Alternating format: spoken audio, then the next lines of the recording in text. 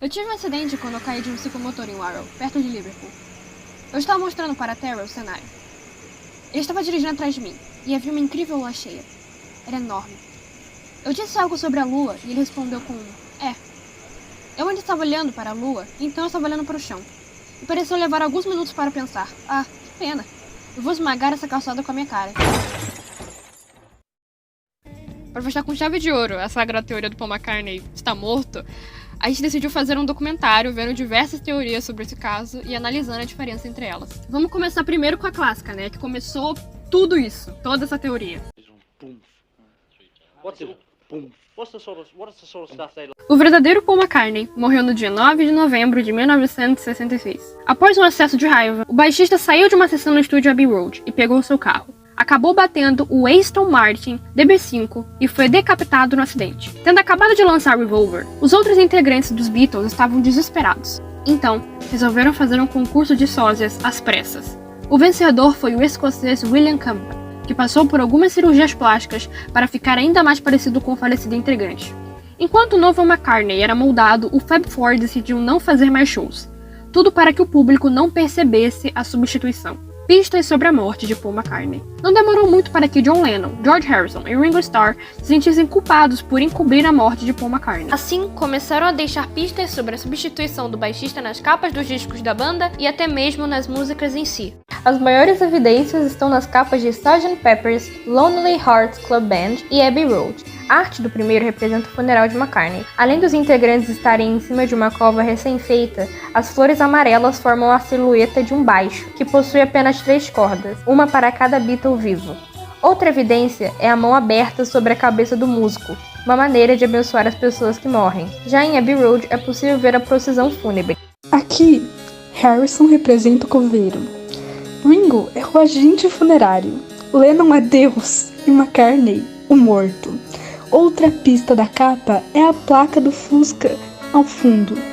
Além das letras L e MW significarem Linda McCartney Wyndham, a viúva Linda McCartney traz 2, 8 e F, referindo-se ao fato de que o baixista teria 28 anos se If em inglês estivesse vivo. Em relação às músicas, alguns trechos têm o objetivo de desmascarar a farsa. Em Strawberry Fields Forever, por exemplo, Lennon diz ao final. Já a letra de A Day in the Life é mais explícita.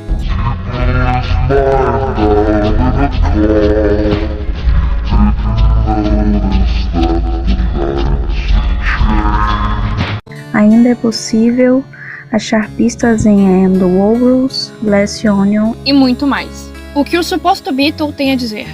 Logo que os rumores começaram a pipocar na imprensa, McCartney divulgou uma nota por meio da assessoria dos Beatles que dizia: "Estou vivo e bem, mas, se estivesse morto, seria o último a saber." Nenhum dos integrantes dos Beatles jamais assumiu publicamente se a teoria é verdadeira e se as pistas estão realmente lá. Paul McCartney segue dizendo que, de fato, é Paul McCartney. Ou seria apenas uma esquiva de William Campbell?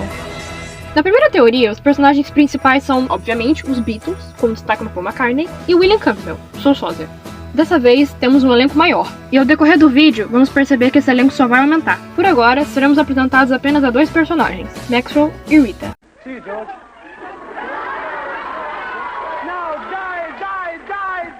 Em 11 de novembro de 1966, Paul teria brigado com John Lennon e deixado o estúdio de madrugada. O músico teria dado carona a uma mulher chamada Rita, que, ao perceber que estava com o Beatle, teria tido um ataque histérico, fazendo o carro capotar. Ela conseguiu sair das ferragens, mas ele não. O veículo, então, teria explodido. Um homem chamado apenas de Maxwell, do MI5, Serviço Secreto Britânico, teria entrado em contato com a banda logo em seguida, levando-os ao local do acidente. Lá, John, George e Ringo teriam reconhecido o colega, que, além de decapitado, tinha perdido um olho e quase todos os dentes, menos 2.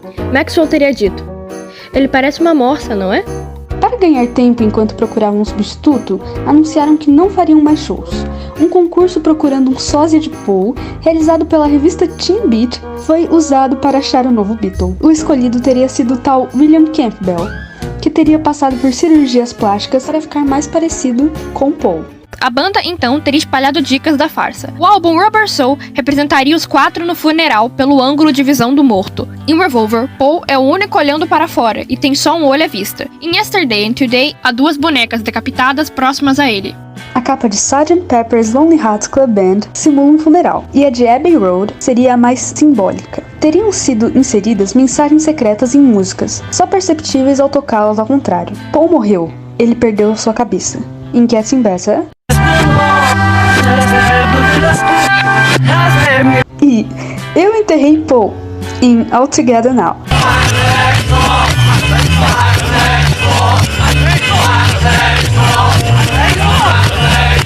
Entre outras. As letras normais também teriam pistas. A morsa era Paul, em Glass Onion. Ele explodiu sua mente num carro, em A Day in the Life.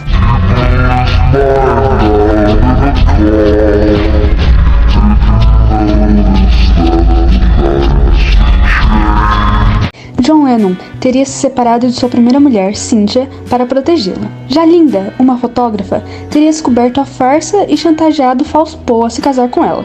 Após a morte de Linda por câncer, foi a vez de Rita ressurgir, agora com a identidade de Heather Mills, e exigir casamento em troca de silêncio. Antes da gente entrar na terceira teoria, eu queria falar um pouco sobre o William Campbell, porque enquanto eu fazia uma pesquisa sobre as diversas teorias que existem sobre esse assunto, eu achei um detalhe muito interessante sobre as origens do William Campbell. Na teoria do Wikipedia está assim: Paul tinha um sósia quase perfeito de origem anglo-escocesa, que inclusive teria sido dublê de Paul durante as filmagens de A Hard Day's Night e Help. Logo, o tal sósia foi convocado. Seu nome seria William Campbell, com N. A gente vai perceber que a grafia do nome do William Campbell, né, o modo que é escrito o nome do William Campbell, muda bastante, porque você vê, na maioria das vezes, escrito William com um M, só que aqui na Wikipédia, na teoria número 3, é William com N. Eu não sabia onde colocar isso, porque assim, a teoria da Wikipédia é bem resumida e também é igual à primeira teoria, né, a clássica. Então não faria muito sentido se aprofundar nela, porque é basicamente a mesma coisa do que a primeira teoria. Mas eu achei esse detalhe sobre a origem do William Campbell muito interessante. De qualquer forma, vamos para a terceira teoria. Só uma coisa, o site da terceira teoria, né, tá todo em caps lock. Todo em caps lock. End of intermission. In any idiom. Idiot. Paul teria morrido em um acidente de carro às 5 horas da manhã de uma quinta-feira, tendo sofrido esmagamento craniano ou sido decapitado ao colidir com outro veículo por não ter visto o sinal fechar, conforme teria sido contado posteriormente na música Day in the Life. No acidente, ele teria perdido seu rosto e seus dentes, e em virtude disto, não teria sido possível fazer a identificação do cadáver. Desta forma, os Beatles teriam resolvido substituí-lo por um sósia. Para isto foi feito um concurso nacional de sósias de Paul McCartney, e o vencedor, William Campbell, ou Billy Shears, teria feito algumas operações plásticas posteriores para aumentar sua semelhança com o Beatle morto e poder substituí-lo. A única falha no novo Beatle foi uma cicatriz em seu lábio, que não pôde ser removida e aparece nas fotos de Paul, o falso Paul, desde então. Esta cicatriz, na realidade, realmente existe, e foi decorrente do acidente de moto realmente sofrido por Paul. Com o sósia colocado no lugar do verdadeiro Beatle, os outros componentes e produtores da banda teriam começado a divulgar pistas para que seus fãs pudessem descobrir que o verdadeiro Paul havia morrido. Algumas pistas são extremamente bobas e foram listadas a seguir apenas as mais interessantes. Não estranhe o fato de alguns discos anteriores à data da morte de Paul conterem pistas sobre a mesma. Como citado, algumas pistas são extremamente bobas. As pistas da morte de Paul McCartney. Rubber Soul. Os Beatles na foto da capa olham para baixo como se observassem uma sepultura. A sepultura de Paul McCartney. A fotografia da capa foi distorcida para que não se notasse que Paul havia sido substituído. A letra de Grohl diz: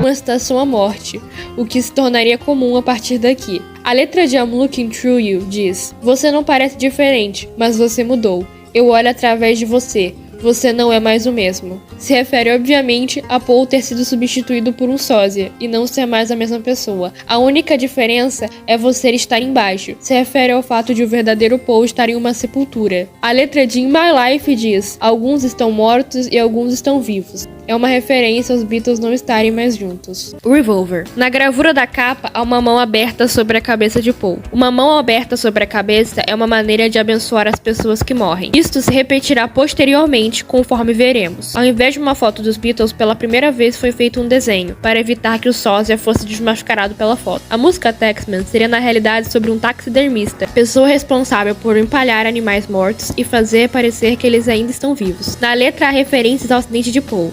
Se você dirige um carro e ao fato de Paul estar morto. Se você ficar frio. Os cadáveres ficam frios. A melhor pista é: eu conselho para aqueles que morrem, um taxidermista, para que o morto continue vivo. Em Eleanor Rigby, Father Mackenzie seria na realidade Father McCartney. Note a semelhança entre os nomes. Na letra consta Padre Mackenzie, Paul McCartney, limpando a sujeira de suas mãos após voltar do túmulo. Na letra de She Said, ela disse que eu sabia como é estar morto. Dr. Robert teria sido o médico responsável por tentar salvar Paul. Na letra consta: você é um homem novo e melhor, se referindo ao novo Paul. Dr. Robert faz tudo o que pode fazer. Se refere ao fato de Dr. Robert ter feito todo o possível para tentar salvar Paul. Sgt. Pepper's Lonely Hearts Club Band. A capa é na realidade o desenho de uma sepultura, a de Paul, com todas aquelas pessoas olhando. Note o arranjos de flores típicos de um funeral. Um dos arranjos de flores forma o desenho de um baixo Hofner, semelhante ao que Paul tocava, inclusive virado para a direita. Visto Paul ser canhoto, isto prova que é Paul o cadáver que acabou de ser sepultado. O baixo tem apenas 3 cordas, ao invés de 4, uma referência aos Beatles sem o seu quarto companheiro. Outro arranjo onde aparentemente está escrito Beatles, na realidade deve ser lido como Be at Leso, ou Fique em Leso. Paul teria sido enterrado na ilha de Leso. Sobre a cabeça de Paul, há novamente uma mão aberta. Uma boneca da gravura da capa segura um carro de brinquedo. O carro será do mesmo modelo do em que Paul haveria morrido. Note que o interior do carro é vermelho, em referência ao sangue decorrente do desastre. Embaixo do T de Beatles, na capa, há uma pequena estátua de Shiva, deus hindu da morte. A estátua aponta para Paul. Na foto da contracapa, todos os Beatles olham para frente, com exceção de Paul. Em uma foto do encarte, Paul tem no braço uma insígnia onde está escrito OPD, que no Canadá é sigla para Officially Pronounced Dead, ou oficialmente considerado morto. Na foto da bateria, se você colocar um espelho horizontalmente, cortando a frase Lonely Hearts, e olhar a combinação da parte de cima das letras com reflexo, surge a frase On He Die, se referindo à morte de um dos Beatles. Uma outra versão diz que a frase da bateria deve ser lida como On, X, He, Zeta, Die. O significado surge de simples conexões. On é 11 e X é 9 em romanos. Finalmente, He e a seta que surge entre esta e Die aponta diretamente para McCartney em sua ponta superior e para o suposto túmulo em sua ponta inferior. Conclusão. No mês 11, novembro, dia 9, ele, Paul, morreu. Daí surgem controvérsias. Na leitura americana, trata-se do mês 11 e do dia 9, mas na inglesa entende-se setembro, 9, dia 11. Mas, já que Paul teria sofrido o acidente em uma quarta, bastou verificar e atestar que 9 de novembro de 1966 era uma quarta-feira. Na letra de Sgt. Pepper's Lonely Hearts Club Band, deixem-me apresentar o primeiro e único Billy Shears. Billy é um apelido para William Campbell, o sósia que substituiu Paul. E nesta música, os Beatles o apresentam para o mundo. Billy Shears pode ser lido também como Billy is here, ou seja, Billy, William, está aqui. Em Good Morning, nada pode ser feito para salvar sua vida. Pessoas andando em volta às 5 da manhã, a hora do acidente de Paul.